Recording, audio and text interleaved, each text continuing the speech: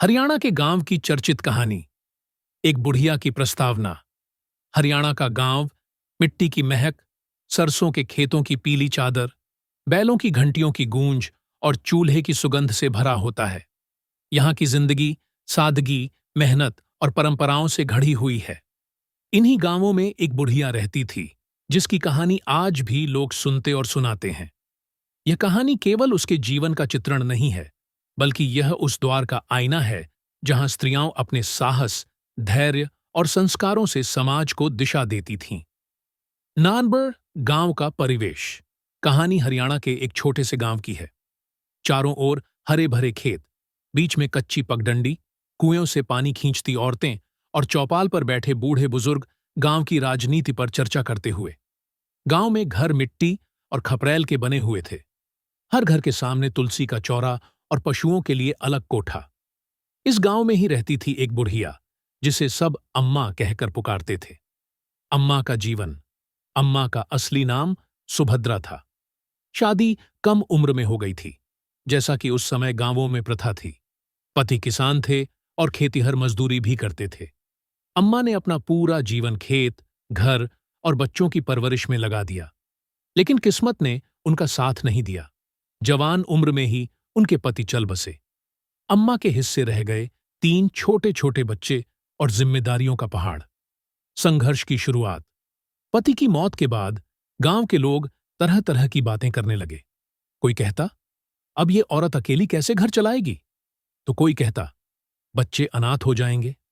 लेकिन अम्मा ने हार नहीं मानी।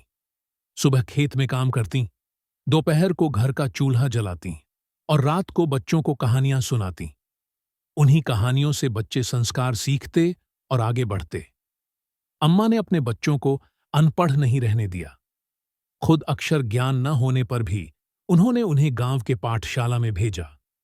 दूसरों के ताने सहे, गरीबी का बोझ झेला, लेकिन बच्चों की शिक्षा में कभी समझौता नहीं किया। खलारांस गांव वालों से टकराव। गांव में कई लोग अम्मा के साहस से जलते थे। कुछ कहते, औरत का काम चूल्हा चौका है, यह खेत में क्यों जाती है? लेकिन अम्मा ने किसी की परवाह नहीं की। एक बार गांव की पंचायत ने अम्मा से कहा कि वह खेत बेच दे और अपने मायके चली जाए, लेकिन अम्मा ने साफ इनकार कर दिया। ये खेत मेरे बच्चों की पहचान है। जब तक मेरी सांसें हैं, मैं इन्हें बेचूंगी नहीं। इस जवाब ने पूरे गांव में उनकी इज्जत बढ़ा दी। इन रहा त्याग और मातृत्व। अम्मा ने अपने जीवन में न कभी नए कपड़े की इच्छा की, न ही सोने चांदी का सपना। उनके लिए सबसे बड़ा सुख बच्चों की सफलता थी। बेटों ने पढ़ लिख कर नौकरी पाई, बेटी ने भी पढ़ाई में नाम कमाया। गांव की लड़कियां जब शादी के बाद मायके आतीं, तो उनकी माएं उन्हें अम्मा की मिसाल देतीं। देखो, कैसे इस बुढ़िया ने अकेले बच्चों को बड़ा किया, तुम भी मजबूत रहना। ननांस बुढ़ापा और सम्मान समय बीता। बच्चे अपने अपने घर बसा चुके थे। अम्मा बूढ़ी हो गईं, कमर झुक गई, आंखों की रोशनी धुंधली हो गई। लेकिन गांव में उनकी पहचान अब भी संघर्ष की देवी जैसी थी। गांव में जब भी कोई विवाद होता, लोग कहते, चलो अम्मा से पूछ लेते हैं। उनकी राय को पंचायत भी मानती थी। अम्मा की सीख अम्मा हमेशा कहा करती, बेटा, जिंदगी में मेहनत और ईमानदारी से बड़ा कोई हथियार नहीं। अगर औरत ठान ले तो अकेली भी पूरे घर को संभाल सकती है।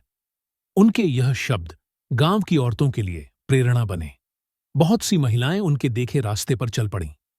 अंतिम क्षण। एक दिन अम्मा बीमार पड़ीं। पूरे गांव ने उनकी सेवा की। बच्चे दूर दराज से भाग कर आए। अम्मा ने अंतिम सांस लेते हुए यही कहा, मेरा कोई गम नहीं। मेरे बच्चे पढ़ लिख कर अपने पैरों पर खड़े हैं। यही मेरी सबसे बड़ी जीत है। उनकी मृत्यु के बाद गांव ने उन्हें श्मशान तक कंधा दिया। उस दिन हर किसी की आंखों में आंसू थे। कहानी की सीख।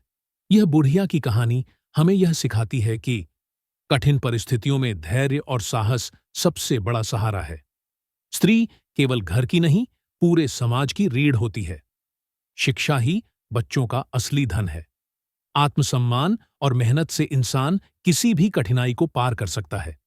उपसंहार। आज भी हरियाणा के उस गांव में जब लोग चौपाल पर बैठते हैं, तो बुढ़िया अम्मा की मिसाल दी जाती है।